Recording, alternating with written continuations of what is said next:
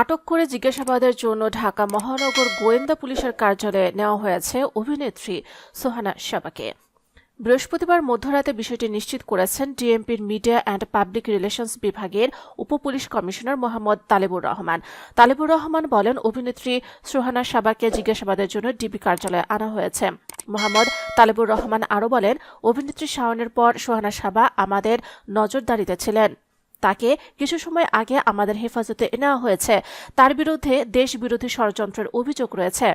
এর আগে বৃহস্পতিবার সন্ধ্যা 7টার দিকে আটক হন মেহের আফরোজ শাওন। তাকে ডিবি কার্যালয়ে জিজ্ঞাসাবাদ করা হচ্ছে।